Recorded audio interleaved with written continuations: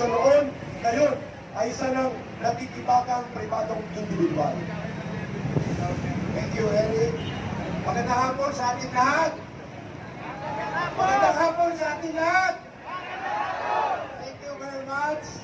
Ako'y nagpapasalamat sa inyo at nandito tayo magtibak na para sa korupsyon, para sa mga sindikato sa gobyerno.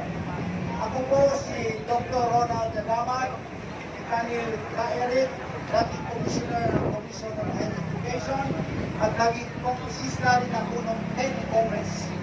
Gusto ko pong sabihin sa inyo, noong panahon namin sa Kongreso, 10th Congress, wala pong nakawan na katulad ng nangyayari ngayon. Yan po ang katotohanan.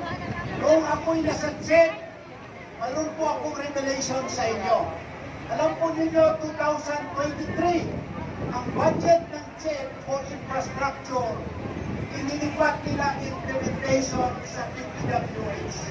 2023-2024. Ano ibig sabihin nun? Para makontrol nila yung DPWH at kukunin yung pera, yung mga tinatawag na ghost project at kickbacks. So, kinokontrol nila lahat. Isipin ninyo, ang higher education, ang mga tinuturo nila ang kabutihan, ang values sa mga kabataan. Pero yun yung modelo na pinakikita nila sa mga kabataan. Kunin nila yung pagpapatayo ng mga classroom para sa mga kolehiyo, upang ilipat sa DPWH at DPWH para hindi na-implement yung mga projects at kurakotin nila yung mga projects na yan. Yun po yung katotohanan. Ngayon, gusto ko pong sabihin, alam po ninyo, mayroon pong moral ascendancy ang mga Pilipino upang panawagan ang pag-resign ni BBM sapagkat tulad ng binabanggit ko palagi, ito tandaan ninyo, governance is no longer a public trust, but a public trust.